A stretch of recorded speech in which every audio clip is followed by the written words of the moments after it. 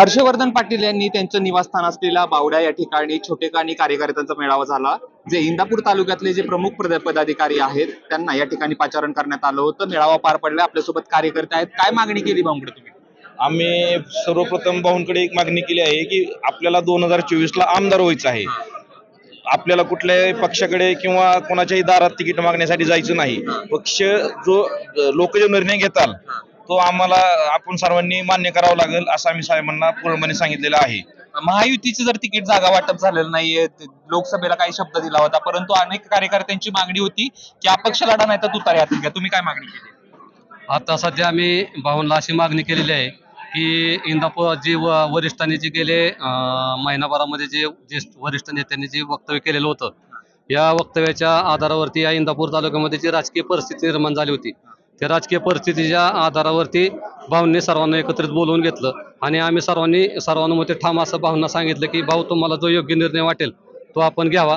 आम्ही सर्वजण आपल्या निर्णयाच्या पाठीशी आहोत। तुम्ही कार्यकर्त्यांनी मागणी केलेली आहे, भाऊ ठीक आहे जो निर्णय घेतील तो तुम्ही कार्यकर्ता म्हणून मान्य करा, पण तुमच्या मनात काय? आमच्या मनात आता इथं जे लोकांनी जे प्रतिक्रिया दिली की तुतारीकडे जाण्याच्या संदर्भामधल्या बऱ्याच जणांची प्रतिक्रिया होती की साहेबांनी तुतारीकडे जायला हवंय। का भाऊंनी तुतारीकडे हात घ्यावा असं तुम्हाला वाटतं? 2014 मध्ये भारतीय जनता पार्टीला 4200 मतदान पडलं। 2019 ला भाऊंनी कमळ हातात घेतलं आणि जवळजवळ 1,12,000 मतदान पडलं।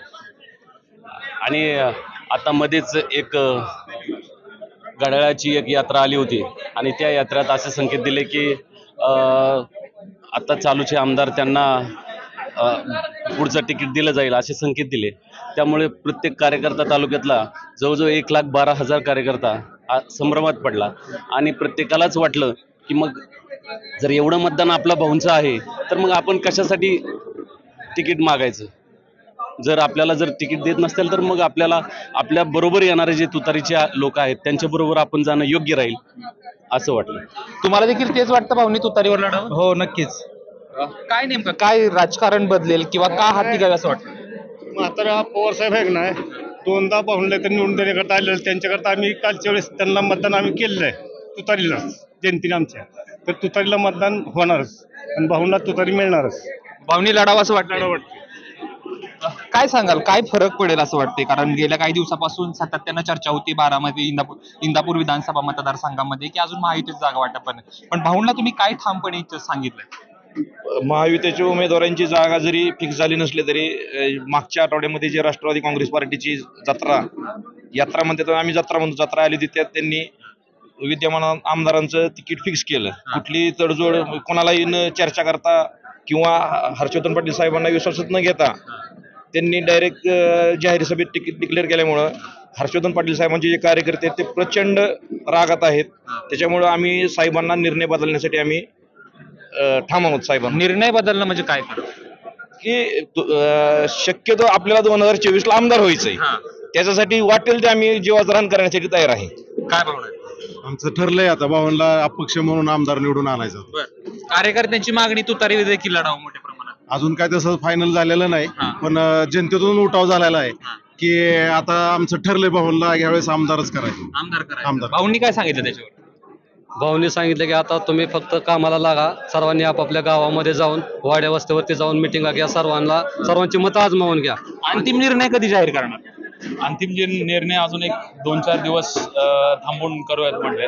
माझं एक म्हणणं आहे की एवढ्या घटना चालू आहेत, म्हणजे लोक प्रतिक्रिया देतात आहेत, पण अजूनपर्यंत महायुतीच्या ह्यानी भाजपकडून किंवा कुठल्याही दुसऱ्या मित्रपक्षाकडून अजून काही रिएक्शन आलेलं नाही।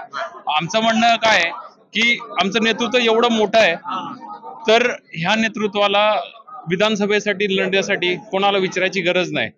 सगळं लोक सगळे पाठीशी आहेत तालुक्यातले, त्यामुळे आमची खात्री आहे की भाऊ उभा राहिले 100% निवडून येतील। मी सगळ्यांना एक प्रश्न विचारतो, फक्त हो का नाही मध्ये उत्तर द्या। भाऊंनी महायुतीतनं बाहेर पडावं असं तुम्हाला वाटतं? कसं आहे हो का नाही अजून तसं सांगता येणार नाही। पडावं बाहेर। काय सांगा? हो पडावं, हो पडावं बाहेर। हो जर महायुतीने तिकीट नाही दिलं तर भाऊंनी 100% महायुतीतून बाहेर पडावं। नक्कीच पडलं पाहिजे बाहेर। नक्कीच पडलं पाहिजे.